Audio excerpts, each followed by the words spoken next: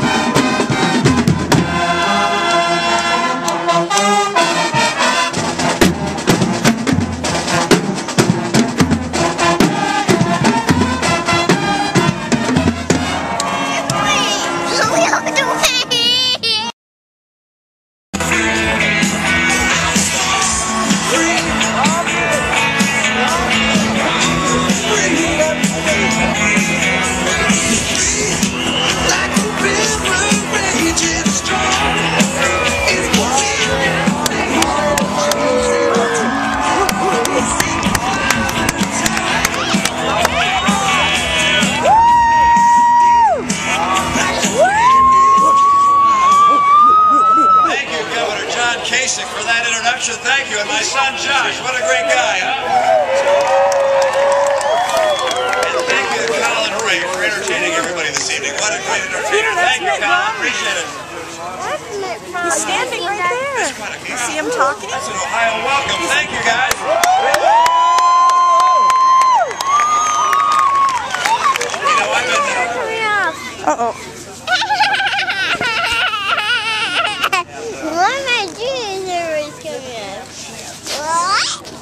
Peter, don't take your shoe off. Peter. Class, but our pathways for how to do that couldn't be more different. He, for instance, wants to raise taxes 35% to 40% on about 1 million of the small businesses in our country. I want to lower taxes on small business to create more jobs. He wants to put in place a more expensive death tax, which of course would make it a heck of a lot harder for people to pass farms on to the coming generation. My view is we got to get rid of the death tax altogether. It's simply not fair. He wants to raise the tax on savings. He wants to make it more expensive to save your money. My view is if you're middle class, making $200,000 a year or less, there should be no tax on interest, dividends, or capital gains. Let people save their money without having to pay taxes. On the export front, you realize, of course, and I know a number of you are in the agricultural community, 23 million American jobs count on agriculture. It's a huge part of our economy. About 1 million jobs depend on export of agricultural products. And over the last 4 years, the President has signed no new trade agreements. No new opportunities for America to sell goods outside our nation. We can compete. Our farmers can compete. Our manufacturers can compete with anyone in the world. But he hasn't opened up these markets for us. And I will go to work to get Trade Promotion Authority to open up new trade for America so we can compete on a fair basis across the world and create more jobs here. Right on. Now, the President has described his energy policy. He says one thing, but you can look at his record, it's pretty different. Because he's been in office for 4 years, and he has cut in about half the permits and licenses that go on federal lands for putting in place oil wells, drilling, whether it's on federal lands, by the way, or federal waters. My own view is we ought to double the licenses on federal lands and in federal waters for drilling. And I want to make sure we drill up in Alaska as well. And I want to get that pipeline in from Canada to take advantage of those resources. His policies will lead to what he said when he was campaigning 4 years ago. He said, look, if my policies get put in place, the cost of energy will skyrocket.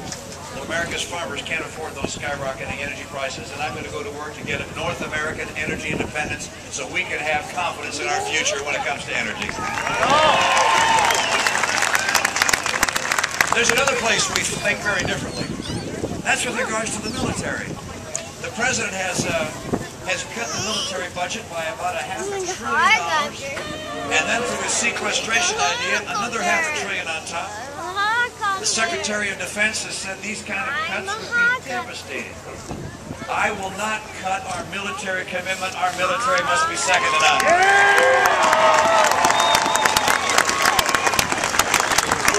And then there was one more area we talked about differences, and that had to do with jobs and the economy, how to get the economy going. You heard the President's answer. It's basically a continuation of what we've seen over the past 4 years. He calls it forward. I call it forewarned. He's in favor of another stimulus. How'd the first stimulus work?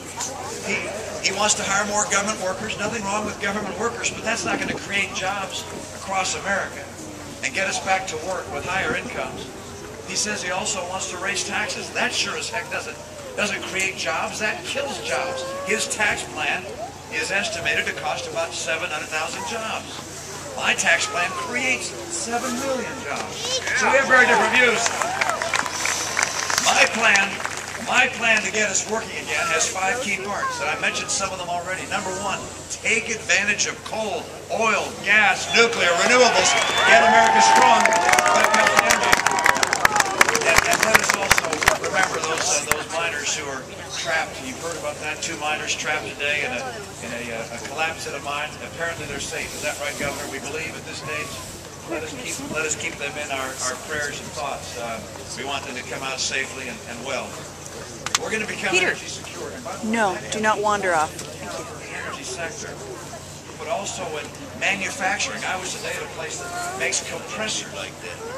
These monstrous compressors, like 4 or 5 bales of hay in a row. Great big compressors. I said, what do you use them for? They said, well, you know, when natural gas comes out of the ground, it doesn't naturally flow in a pipe. You gotta push it. You gotta compress it. So they make compressors that push that natural gas. There's a lot of manufacturing associated with our energy sector, and there are a lot of manufacturers that use energy as a major component in their product. And so having low-cost energy will bring back manufacturing jobs. We've lost over 500,000 manufacturing jobs during President Obama's term. I want to bring manufacturing back to this country, and energy is one of them.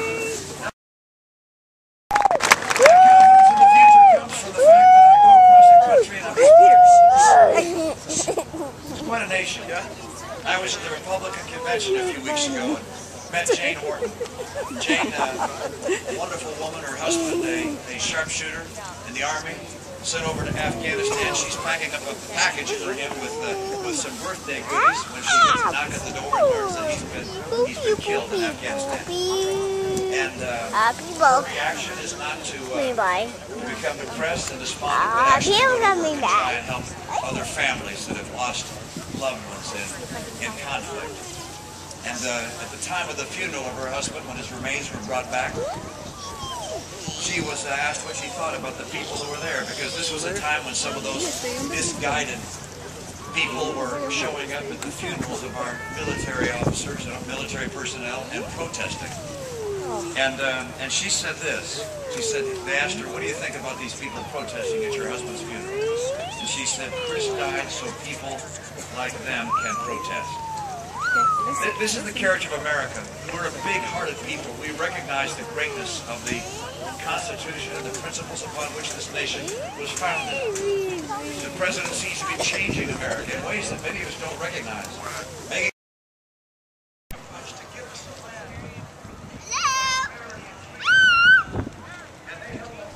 Perfect, Peter. Good job.